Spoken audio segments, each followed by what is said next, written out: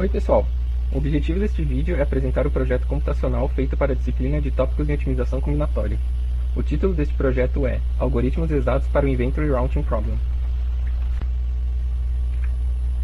Os problemas de estoque e roteirização, chamados de Inventory Routing Problems, abreviados por IRP, integram o gerenciamento de estoque, planejamento de entregas e roteamento de veículos. Eles são a mistura de dois problemas clássicos, que são o VRP e o JRP. Relembrando um pouco desses problemas, no VRP queremos abastecer um conjunto de clientes utilizando uma frota de veículos que partem de um ou mais pontos denominados depósitos. Já no JRP, queremos decidir quando reabastecer um conjunto de clientes de forma a minimizar o custo de armazenamento dado um horizonte de planejamento. Os IRPs apareceram pela primeira vez em 1983, como uma variação do VRP.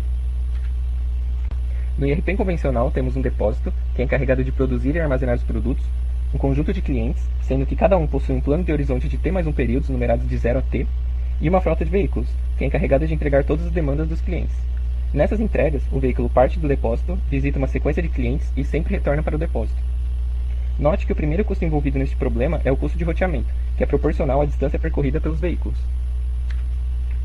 Já com relação às demandas, temos um custo de armazenamento associado em realizar uma entrega antes do período requisitado, também chamado de holding cost, que por sua vez pode ser representado pela função h de j, definida pelo custo de armazenar uma unidade do produto do período i até o período j.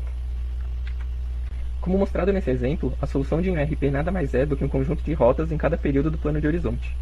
Então, em cada período, seria selecionado um subconjunto de clientes para serem abastecidos pelos veículos, lembrando que os clientes podem ser abastecidos de forma direta, ou seja, utilizando duas vezes a mesma aresta.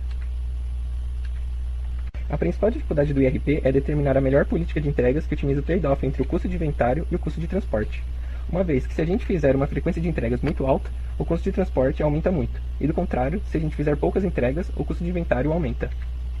Outro problema é que decompor o problema em problemas mais simples também não é viável, uma vez que os problemas vistos de forma separada já são NP difíceis. Para classificar o IRP e suas inúmeras variantes, existem diversos parâmetros de entrada, como vocês podem ver. A versão do IRP que foi abordada neste projeto possui um plano de horizonte finito, relação de depósitos de clientes 1 para n, capacidade de produção do depósito limitada, tipo de roteamento múltiplo, assim como no VRP, não é permitida a perda ou atraso de mercadorias, o número de veículos e suas capacidades são limitadas, a composição da frota de veículos é homogênea, as demandas já são previamente conhecidas e a capacidade de estoque nos clientes é limitada. Formalizando um pouco melhor o IRP, a gente possui como entrada um grafo completo ponderado nas arestas, um vértice diferenciado R, que é o depósito, sendo os demais o conjunto de clientes, um plano de horizonte que é numerado de 0 a T e uma frota de veículos numerados de 1 a K. Definimos por PRT a capacidade produtiva do depósito no dia T, DIT sendo a quantidade de produtos demandado pelo cliente I no período T, HDI sendo o custo unitário de armazenamento por dia do cliente I, CI sendo a capacidade máxima do estoque do cliente I e QK sendo a capacidade máxima do veículo K. A saída, por sua vez, é o conjunto de rotas para cada período e a alocação das demandas para cada rota. O objetivo do problema é satisfazer todas as demandas antes do seu período de expiração e minimizar o custo total das rotas e o custo total de armazenamento.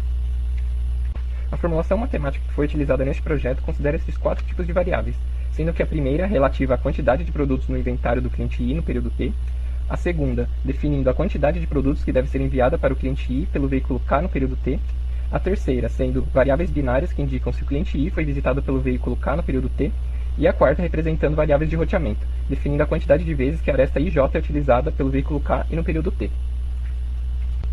Essa é a formulação de programação linear inteira que foi utilizada inicialmente. A equação 1 é a função objetivo, sendo que a primeira parte calcula o custo de armazenamento e a segunda calcula o custo de roteamento. As restrições 2 garantem a conformidade no inventário do depósito. A restrição 3 garante que o depósito nunca possui inventário negativo. A restrição 4 mantém a conformidade no inventário dos clientes, e a restrição 5 também garante que o inventário dos clientes nunca é negativo. As restrições 6 garantem que o inventário dos clientes nunca é excedido. As restrições 7 e 8 relacionam as quantidades enviadas pelos veículos com as variáveis de inventário e roteamento. As restrições 9 garantem que as capacidades dos veículos são respeitadas, e as restrições 10 são as restrições de grau de cada rota dos veículos em cada período. Por fim, as restrições 11 são as desigualdades de eliminação de subciclo para cada veículo e cada período. E as restrições de 12 a 15 representam o domínio das variáveis. Revisando um pouco sobre a história do IRP, temos que Dell foi o primeiro a introduzir esse tipo de problema, com motivação de resolver problemas de abastecimento de gases e produtos químicos para usos industriais. Neste trabalho, foi notado que resolver o JRP e o VRP de forma separada pode gerar suboptimalidades para o problema mais geral, e a solução inicial proposta por eles consistiu de um algoritmo de relaxação lagrangiana. Além do mais, até meados dos anos 2000, soluções exatas para ERP somente eram aplicadas para casos mais específicos, como por exemplo nesse trabalho de 1984, onde foi desenvolvido um algoritmo exato para o ERP com apenas um período. Dada a dificuldade em se resolver o ERP, temos que, em geral, este problema é muito estudado de maneira heurística. Como vocês podem ver, segue aqui uma lista com diversos trabalhos que envolvem heurísticas e meta-heurísticas para o ERP, separados por assunto, desde soluções mais antigas até trabalhos realizados recentemente. Na pesquisa realizada, foi observado que muitas heurísticas para o ERP se baseiam no princípio de busca local aplicados para o ERP. Por causa disso, vale destacar o trabalho de Funk do ano de 2005, que enumera diversas estruturas locais aplicadas para o ERP, trabalho no qual foi utilizado como base para este projeto. Com relação a algoritmos exatos, não existem tantos trabalhos que abordam esse tema. Em 2007 foi feito o primeiro algoritmo de branch and cut do ERP com apenas um veículo. Em 2011 esses resultados foram melhorados utilizando uma formulação mais forte. Em 2013 temos dois trabalhos que estenderam o modelo para vários veículos. Em 2015 temos um algoritmo de branch pricing cut que foi o melhor encontrado na nossa pesquisa. Em 2019 foi feito um algoritmo exato para o ERP com uma variação na função objetivo.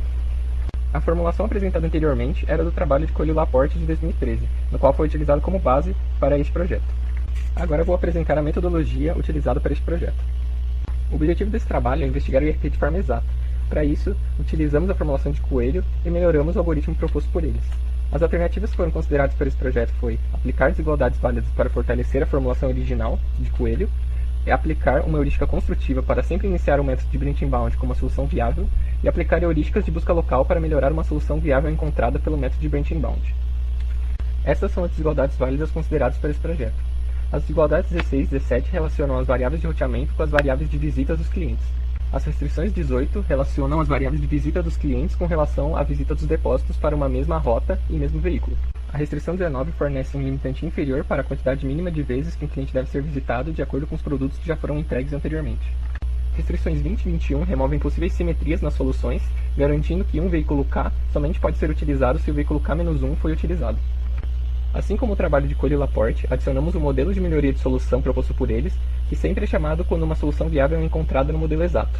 Para isso, sejam os seguintes parâmetros de uma solução: a IKT, o custo de remover o cliente I na rota do veículo K no período T; BIKT, o custo de adicionar o cliente I na rota do veículo K no período T; e um parâmetro binário RIKT, indicando se o cliente I é visitado pela rota K no período T. Sejam também as seguintes variáveis binárias: o IKT, indicando se o cliente I é removido da rota K no período T, e VIKT, se o cliente I é inserido no veículo K no período T. A partir dessas definições, é possível montar um modelo PLI que otimiza essas inserções e remoções de uma solução viável atual do modelo original. Vale ressaltar que esse modelo é aproximado, uma vez que o custo incremental das inserções e remoções são calculadas em função dos ciclos originais da solução. Para garantir a eficácia desse modelo, é necessário controlar o número máximo de operações locais que é considerado, dado pela desigualdade 27. Nesse trabalho, limitou-se o número máximo de operações locais em 5. A vantagem desta heurística SI se deve por ela considerar uma sequência de operações locais e pela facilidade de calcular os custos incrementais de inserção e remoção, dado uma solução atual. Contudo, este método não é muito preciso ao considerar um número elevado de operações locais e não garante a obtenção de ciclos ótimos se executada de forma sucessiva. Tendo em vista esses fatores, foi utilizada uma segunda heurística que foi aplicada logo após a heurística SI, com o intuito de tentar melhorar ainda mais os ciclos obtidos. A segunda heurística considerada foi a 2OPT, uma das heurísticas mais simples e antigas e muito utilizadas no TSP e VRP. Na 2OPT, dado um ciclo atual, avalia-se o ganho em trocar pares de arestas do ciclo de modo a formar um novo ciclo, como dado nesse exemplo. Verificados todos os pares de aresta, efetua-se a troca que maximiza o decréscimo do custo do ciclo original. Este procedimento é realizado até não ser mais possível reduzir o custo do ciclo. A partir de todas as considerações apresentadas, segue um pseudocódigo do algoritmo completo de branch and cut proposto para o IRP. Na primeira etapa, aplicamos o modelo original de Coelho mais todas as desigualdades válidas 16 a 21 apresentadas anteriormente, contudo, zeramos os coeficientes da função objetivo de modo a obter uma solução viável qualquer de maneira eficiente. Posteriormente, na linha 2, alteramos os coeficientes da função objetivo para os valores originais e reiniciamos a otimização utilizando como solução inicial aquela retornada no passo anterior.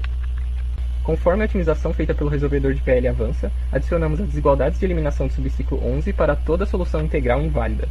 E caso uma solução viável seja encontrada, aplicamos a heurística SI 2OPT de forma consecutiva e atualizamos a solução incumbente caso a nova solução encontrada seja melhor que a anterior. Vale ressaltar que na linha 1 é executado o mesmo procedimento dado pelo bloco de comandos das linhas 3 a 14, com exceção de que o procedimento é finalizado assim que a primeira solução viável é encontrada. Com relação aos experimentos, todos os algoritmos foram realizados em Java, utilizando um resolvedor de PL Groove e um computador pessoal com as seguintes configurações. O dataset utilizado foi o mesmo usado por Coelho, consistindo de 220 instâncias, sendo que 160 são pequenas e médias e 60 são grandes. Diversas combinações de modelo foram experimentadas, e as principais medidas de qualidade de comparação foram o número de instâncias resolvidas de maneira ótima, média do gap de otimidade e dos tempos de execução obtidos pelas soluções, e análise performance profile das combinações testadas. Devido ao tamanho do dataset ser muito grande, os experimentos foram divididos em duas partes. Na primeira parte, foi utilizado um dataset reduzido com 32 instâncias pequenas e 6 instâncias grandes, e o tempo limite utilizado foi de 15 minutos. Nessa primeira etapa foram testadas as seguintes configurações, sendo que esta última destacada foi aquela que proporcionou os melhores resultados, que por sua vez foi utilizada para a etapa 2 dos experimentos, onde utilizamos o dataset completo com um tempo limite de execução de 1 hora. Agora vou apresentar os resultados obtidos nos experimentos. Nessa primeira parte, temos o número de soluções ótimas e a média dos tempos de execução e o gap obtido para cada configuração para o dataset reduzido. Como pode ser observado, as 3 últimas configurações proporcionaram os melhores gaps para o dataset maior, fator com grande peso na escolha do melhor modelo. Além do mais, nessas figuras é possível comparar as principais configurações das tabelas anteriores, onde foi comparado o valor da função objetivo. Pode-se observar que o modelo padrão C foi inferior com relação a todas as configurações, o que evidenciou que a aplicação das desigualdades válidas e das heurísticas de fato melhoraram o modelo original, como era esperado para este trabalho. Para a segunda parte do experimento, as tabelas a seguir são todos os resultados obtidos para cada dataset e quantidade de veículos. Em cada linha, temos o número de soluções ótimas obtidas e a média dos tempos e dos gaps para cada tamanho de instância, dado pelo número de períodos T e número de clientes N. Na esquerda, temos os resultados obtidos pela referência e na direita, os resultados obtidos pelos experimentos. Para o dataset pequeno e k igual a 1, notamos que todas as instâncias são resolvidas de maneira ótima, e a média dos tempos de execução dos experimentos é menor que a literatura. Contudo, conforme o número de veículos aumenta, temos que a literatura obtém mais soluções ótimas com relação aos experimentos. Contudo, observou-se que, em muitos casos, as soluções ótimas da referência foram obtidas em tempos superiores a 1 hora, que foi o tempo limite utilizado neste trabalho. Vale ressaltar que o tempo utilizado pela literatura foi de 12 horas para as instâncias do dataset pequeno e 24 horas para o dataset grande. Por causa disso, acredita-se que os algoritmos implementados nesse projeto podem atingir resultados próximos ou até melhores que a literatura, caso seja utilizado um tempo de execução igual ao utilizado pela referência.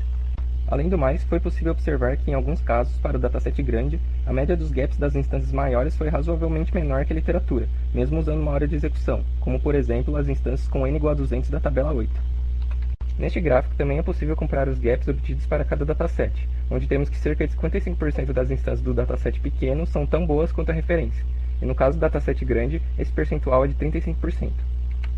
Um outro resultado otimista para o modelo utilizado é que, comparando apenas as soluções que geraram soluções ótimas tanto para os experimentos quanto para a referência, temos que 70% das instâncias do dataset pequeno foram obtidas em tempos inferiores que a referência, enquanto que para o dataset grande, 90% das soluções ótimas foram obtidas em tempos inferiores que a literatura.